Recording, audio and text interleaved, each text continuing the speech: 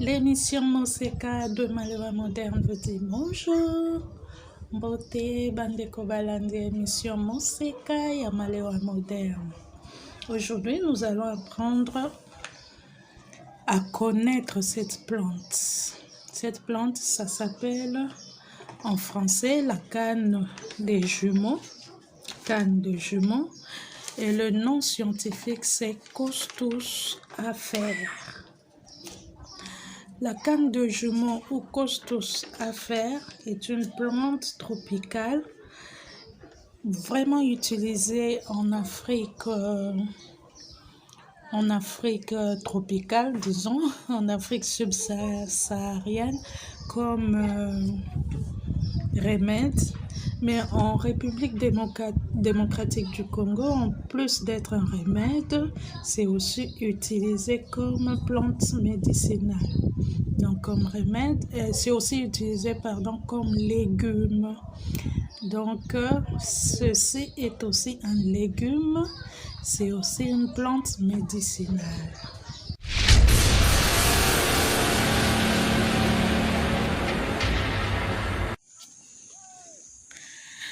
Là, en pleine brousse,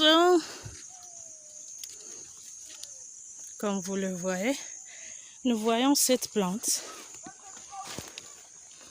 Ça s'appelle la canne des jumeaux. C'est non seulement une herbe médicinale, mais c'est aussi un légume. C'est ça. C'est ce dont il sera question aujourd'hui dans notre émission.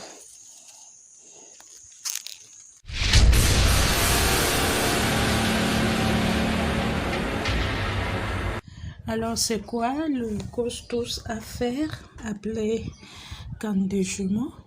Eh bien, la canne des jumeaux, c'est une plante herbacée de grande taille qui peut atteindre 2 voire 4 mètres voire 3 mètres de hauteur. C'est une tige cylindrique, comme vous pouvez le voir là. Donc, on voit c'est cette tige là avec ses feuilles. La tige est ferme, comme on peut le voir, et à l'intérieur c'est gorgé d'eau. Ses feuilles sont ovales, comme on le voit là. Des feuilles ovales.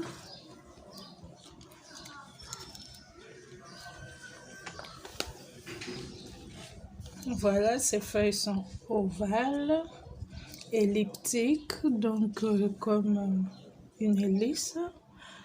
On les trouve dans des endroits humides, plus ou moins inondés, et on peut aussi les cultiver en pot, comme nous les faisons en pot, mais il faut beaucoup arroser. La canne de jumeaux Costus, qui a pour nom scientifique Costus afer, fait partie de la famille des Zingiberaceae. Cette famille-là comprend aussi le gingembre, le curcuma, le tondolo, toutes ces plantes-là qui, lorsqu'on regarde, en fait, ça se ressemble. On voit les tiges. Le fruit, je ne l'ai pas ici et sincèrement, je ne l'ai pas encore vu. Je verrai quand mes plantes donneront les fruits, je vous les montrerai. Leur racine comprend un rhizome qui ressemble au gingembre. Donc, dès que ce sera possible, je vous ferai une vidéo. Alors, cette plante a beaucoup d'appellations. En français, on l'appelle canne des jumeaux. Nous avions dit le nom scientifique, c'est Costus afer. On l'appelle aussi canne de fertilité. On l'appelle aussi lys de gingembre. On l'appelle aussi gingembre en spirale.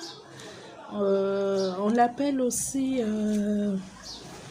ici en République démocratique du Congo, dans la province du Congo central, on l'appelle aussi minkeni.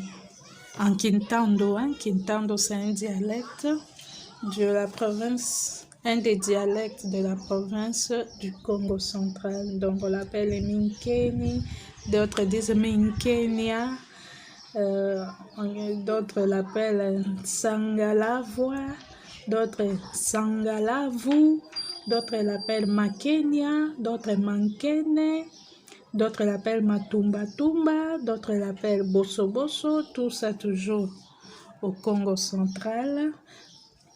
D'autres l'appellent par exemple les pygmées dans la forêt d'Ituri, ici en RDC, ils l'appellent mukaka mukakai. Ils l'appellent aussi Andi Aouodiodo.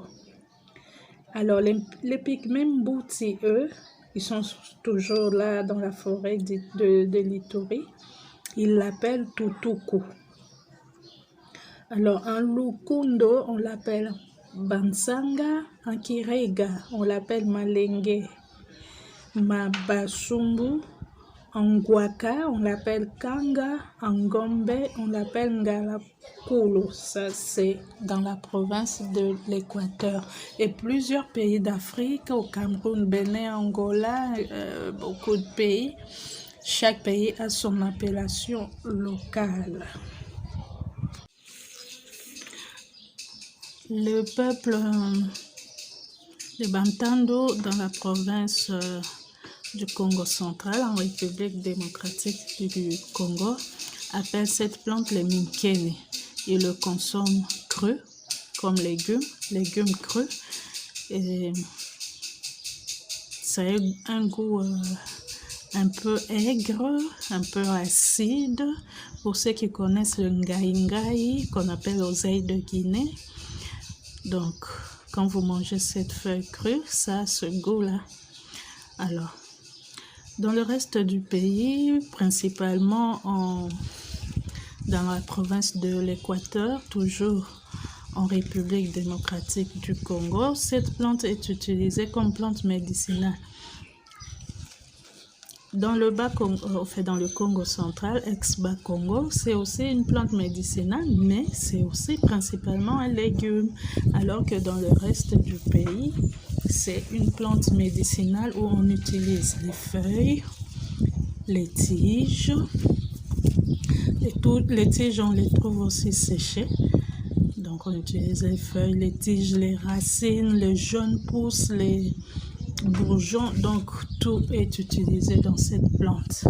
Et c'est vraiment très répandu en Afrique, dans les régions tropicales. Dans plusieurs pays d'Afrique, c'est vraiment une plante médicinale très prisée. Canne des jumeaux. Pourquoi cette appellation de canne des jumeaux?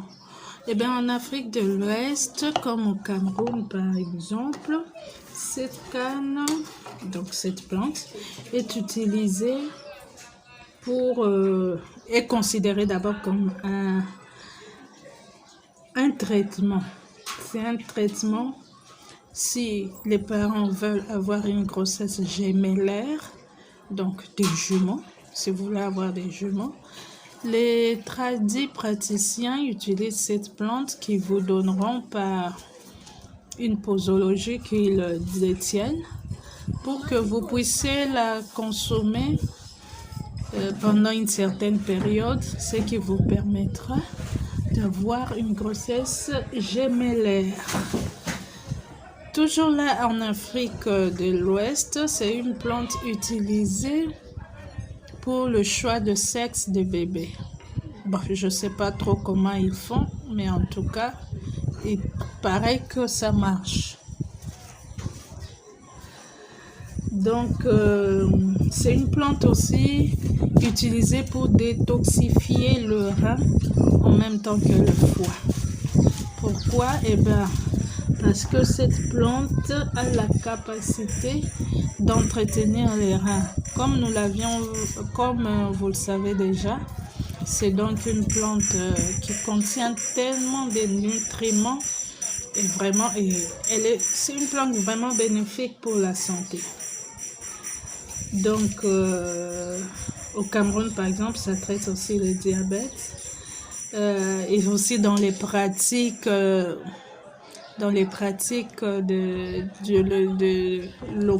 ces endroits. C'est une plante qui aide à chasser, ça ce sont des superstitions, donc ça aide à chasser les mauvais esprits. C'est une plante dispensateur de chance.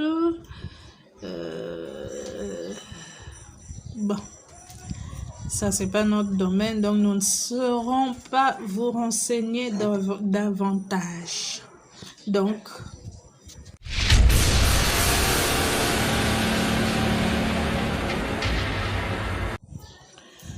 son appellation tient donc au fait qu'elle serait dispensatrice de grossesse gémellaire et dispensatrice de fertilité.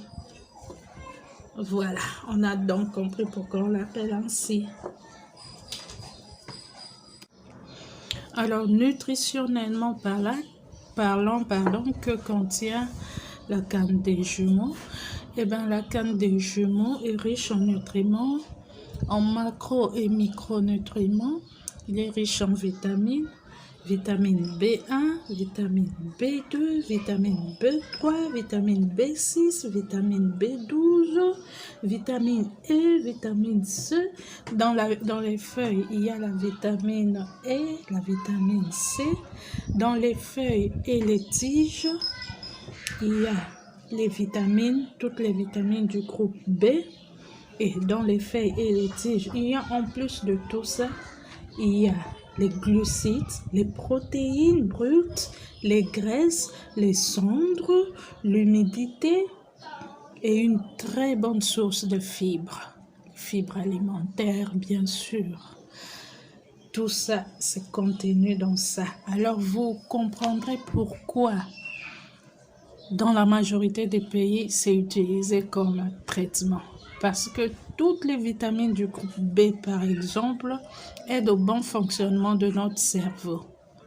La vitamine C, nous le savons déjà, aide à renforcer notre système immunitaire, entre autres.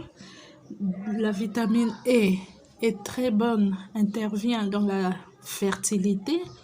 Donc, c'est un cadeau de la nature, un cadeau de Dieu à son peuple. Voilà. Donc, la tige est consommée, les feuilles sont consommées, le rhizome que nous n'avons pas ici est consommé, le fruit que nous n'avons pas ici est consommé, et tout ça est aussi un traitement.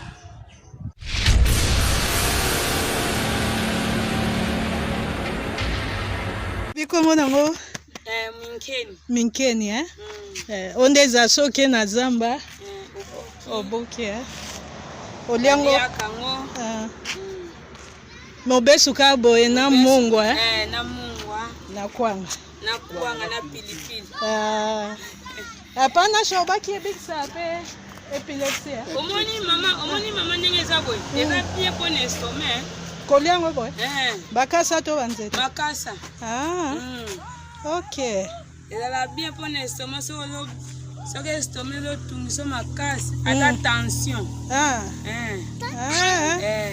Kisi mobimba. Obi minkeni? Minkeni.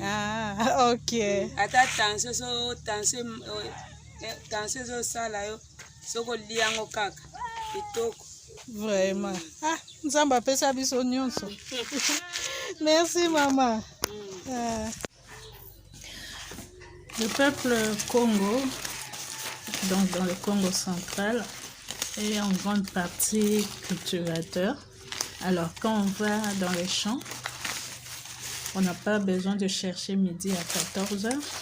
Quand on a sa chikwang, la chikwang, on l'a toujours, c'est un plat, disons, Quand on n'a rien d'autre, on a au moins la chikwang. Voilà. Alors, il suffit d'avoir sa chikwang. On travaille au champ. Quand on est fatigué, on va dans les champs. On cueille cette herbe sauvage qu'on appelle les mimfindi en Kintandu. Canne des jumeaux en français. Causus à faire comme nom scientifique. Donc, on cueille juste quelques feuilles. C'est aigre, hein? C'est vraiment aigre. Alors, pour bien faire passer tout ça, on s'est muni de sel. Et pour les mangeurs des piments, obligatoirement les piments. Et là, on peut manger. On coupe sa chikwang. Voilà. On l'a trempé dans le sel avec un morceau de feuille. Et si on mange aussi les piments, et hop, dans la bouche. Comme je disais, c'est aigre. Avec le sel, ça passe très bien. C'est agréable en bouche. C'est vraiment bon. Voilà les mimfindi. Les mimfindi. Inquiétando. Canne des jumeaux. On appelle ça aussi minkeni. Mimfindi, minkeni. Canne des jumeaux. Non scientifique, cursus à faire. Très bon. Alors, les feuilles, elles se mangent crues,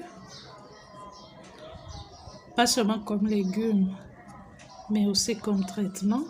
Alors, ces feuilles aident à traiter l'hypertension artérielle, elles calment les douleurs de l'estomac, les tiges traitent l'épilepsie,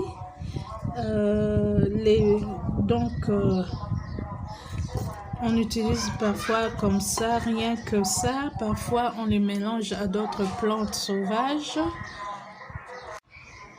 Pour traiter la toux, par exemple, il suffit de mâcher, de mastiquer la tige. Tout comme on peut prendre une tige morte, séchée, on y allume le feu et on la fume comme une cigarette médicale pour traiter la toux, et c'est ce qui est pratiqué dans la province de l'Équateur, ici en République démocratique du Congo. Tout comme on peut éplucher la tige et manger la partie antérieure de la tige, toujours contre la toux. Tout comme on peut racler à l'aide d'un couteau l'intérieur de la tige et le consommer toujours contre la toux. Et aussi, par exemple, le peuple sur la rivière Momboyo, dans la forêt tropicale en Afrique centrale, il y a le peuple Mbonga, qui lui, pour traiter la toux, mélange donc ses raclures intérieures de la tige, il les mélange à du poivre et il les presse. Ils prennent une feuille de bananier, ils mettent tout ça et ça se prend par voie orale, toujours pour traiter la toux. Donc, cette plante traite la toux.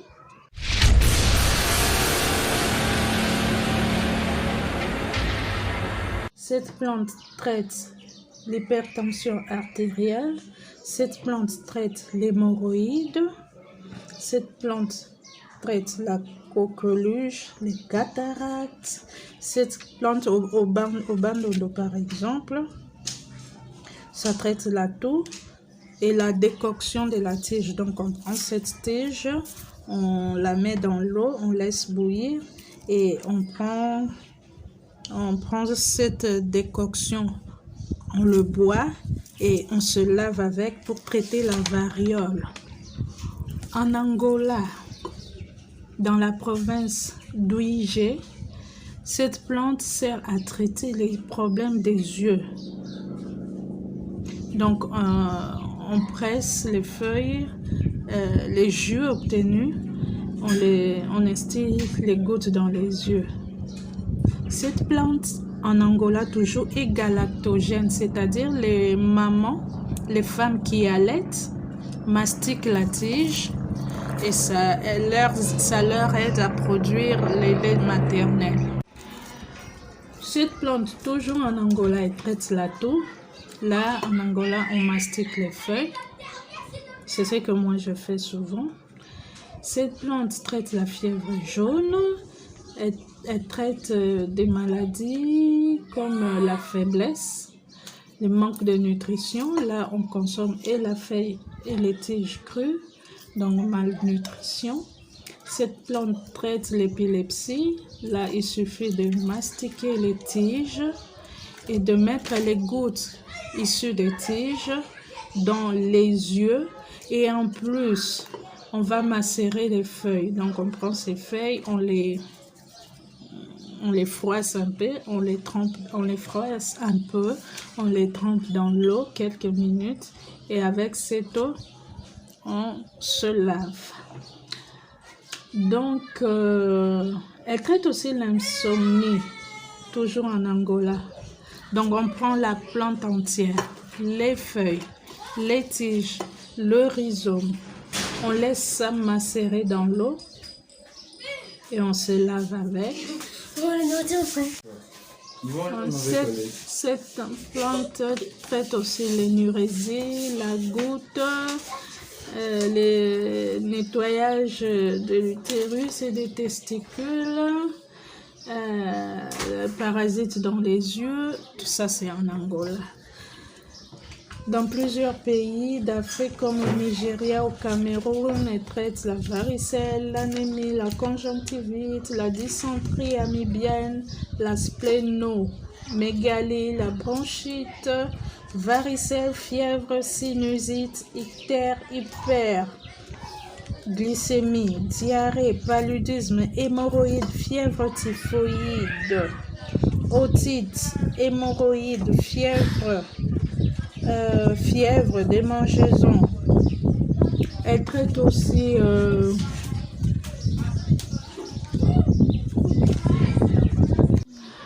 au Nigeria. Les jeunes pousses de cette plante sont mastiquées pour éliminer le poison par l'urine, poison dû à la morsure de serpent. Cette plante traite le diabète chez la femme enceinte, les infections de l'oreille, les pertes nauséabondes chez les femmes, le paludisme, la jaunisse, la blénorragie, la folie dangereuse. Cette plante traite l'herpès génital, la varicelle, la rougeole, l'influenza, la tachycardie, une maux d'estomac, les problèmes respiratoires, mal de gorge, troubles oculaires, maux de tête, édème et fièvre, incontinence urinaire, maladie vénérienne, fausse couche, affection dermatologique, arthrite rhumatoïde, les vers. Cette plante elle est diurétique. Elle traite aussi la fièvre typhoïde, donc, et tant d'autres.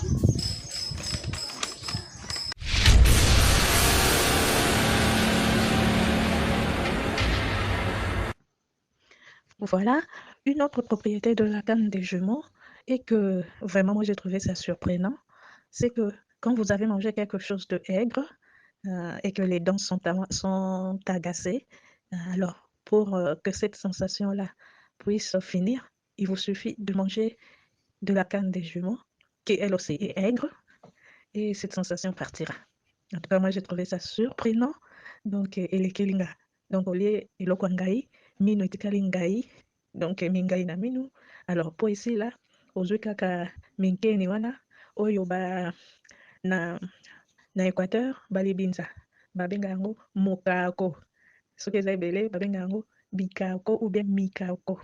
Alors soza mingai na minu ukozwa minkeni wana tomokako olie ka ndenge eza mobesu wana olie ka mpe ndenge eza ngai wana olie epuis esilisi mpe ngai na monoko na yo na minu na yo vraiment ngai namoni yango vraiment eza waouh.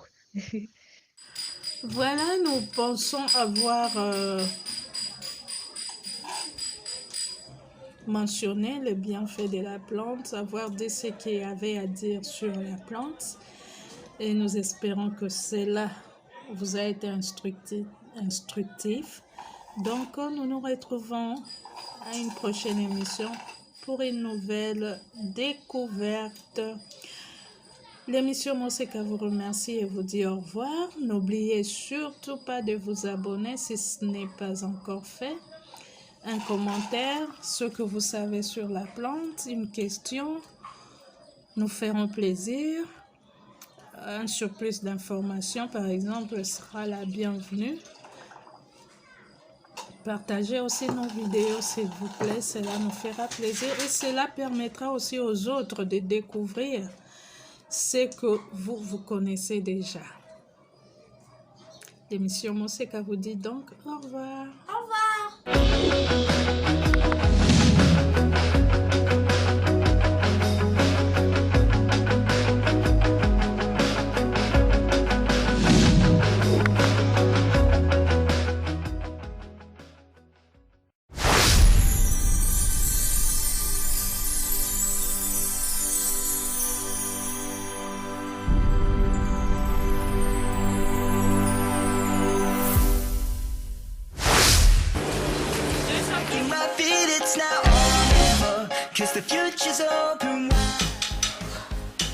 Très heureux de vous retrouver très nombreux, le fidèle qui prépare l'émission Moseka de Malewa moderne.